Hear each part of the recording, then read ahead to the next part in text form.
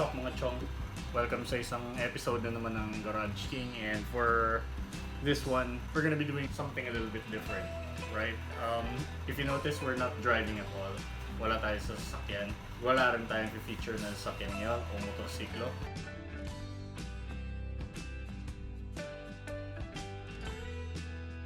I am just staying here, fixing things up. I mean, getting things organized kasi ito yung temporary space ko.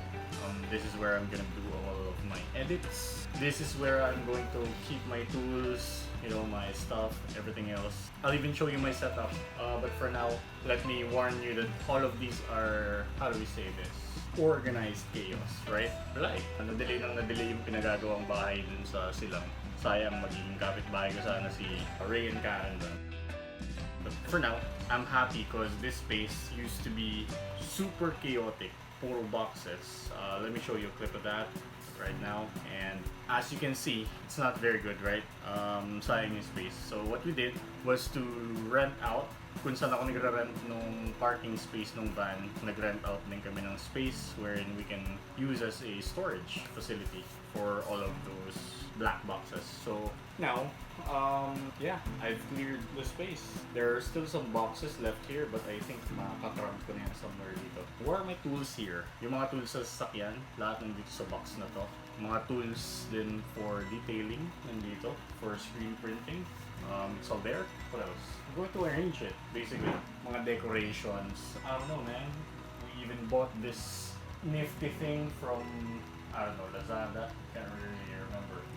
Yung mga scrap wood nandyan, yung jack stand. Actually, itong jack stand na to, quite interesting.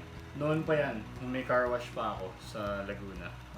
Somebody left it there. Hindi ko alam kung sino, hindi rin matanda ng mga car wash boys ko. So, days went on and on. Nandun lang siya, naka-display, nandun lang sa labas. Walang may alam, wala nagkiklaim. So, till now, got it here. Siguro magagamit to pagka may gawa niya yung isang bahay, pagka may kailangan gawin sa sasakyan. You'll put it on the jack and then leave it on that particular jack stand. So, ayun, even wanna mention, right, mainit pa dito, siguro we'll put some air cooler or something when things are settled down. Plans dito sa lugar na to, well, I wanna put a tool wall. Kahoy yung mga yan. I think that would make a good tool wall. I also plan to buy a bicycle kasi as we all know, pandemic, hindi ka makakapag-basketball. Hindi advisable because basketball is a contact sport, right? And I'm not very keen on, you know, making physical contact to other people right now. So, ang naisip kong sport to basically keep up sa fitness routine natin dati is cycling. I would ride bicycles again soon.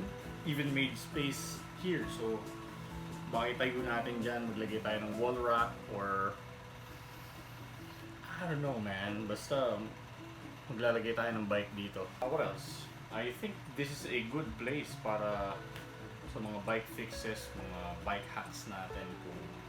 Kung interesado kayo sa mga ganong stuff, I'll even upload it on the channel. But yeah, we'll see from then. I don't think the house in Silang would be finished anytime soon. Siguro abutin pa siya ng 2021. So I guess this will be our space. Pagka mga panahon na wala tayo sa mood na lumabas kasi nakakatakot naman, di ba? Ayoko na maging pasaway sa labas na wala namang importanteng gagawin. Tas, you know, punta ka pa ng punta kung saan-saan. So this is a good place to talk about stuff, maybe mga fixes, mga parts ng sasakyan, magre-review tayo dito kung may magkakasya dito. By the way, this is the second floor of our dental clinic. That door right there is where we live. Later on, naalala ko lang, something came in the mail, so we'll unpack it inside. Dalawa yung dumating eh. It's a face shield, basically. I guess we'll jump into unboxing or unpacking that particular package that came in the mail. So, let's go! Today, something came in the mail. In-order namin to, I think para pag lumalabas-labas, alam niyo na, kukuha ng grocery. O kaya baka may review tayo. Ngayong new normal, parang Nakakatakot ng lumabas hanggat nandiyan pa yung virus, di ba? Eh, hindi naman po pwedeng hindi ka lalabas kasi you have to get your supplies, you have to, you know, do some business outside. So, I think malaking tulong to. Face shield, medyo makunat siya. Parang construction graded. Let's fit. By the way, inayos ko na yung adjustment nito to fit my head. So, the hair goes back like that. At para safe, linisin natin siya. Alcohol, right? By the way, yan yung mga logo ng mga tropa natin. Si Figure 8, si Ray and Karen. Naisip kong ilagay dyan yan kasi tutuwa ako, nakilala ko sila. Anyway, speaking of Figure 8, naisip ko lang, bumili kasi ako ng dalawang sticker kay Figure 8. Sa ngayon, wala akong project car. Sa mga susunod na panahon, bibili ko pagka medyo maluwag-luwag na, pagkatapos na tong pandemic na to. But for now, I'll save one. At siguro napapanahon na rin para magpa-sticker ako kasi ito, parang ang astig nito pag nilagay ko dyan, no? Tapos logo ni Garage King somewhere dito. I just hope itong Sharpie bit na to, yan, see that on camera, yan, tsaka yan, I hope it doesn't hurt anyone, me or kung sino man nalalapit sa akin kasi medyo matatalim. So let's try to do something about that, but for now, let's put some bling on this alien looking, you know, alien looking face shield gamit yung sticker ni Figure 8. Sa mga susunod na araw mga chong, I promise magpapaprint ako ng sticker. I'll give away some sa inyo, of course, mga viewers. Let's make sure the surface is clean. Alcohol. So, Figure 8, buti na lang na-save ko yung sticker ni Figure 8. Hindi ko pa dinikit sa kung saan kasi ang astig niya dito sa face shield na to. So, you transfer this thing dito sa item. Let's just put these crap away. Paano ba? Gitna ba? Yes. Parang Vince, pag nagpagawa ka ng sticker, pahingi ako ah. Lalagay din natin yan.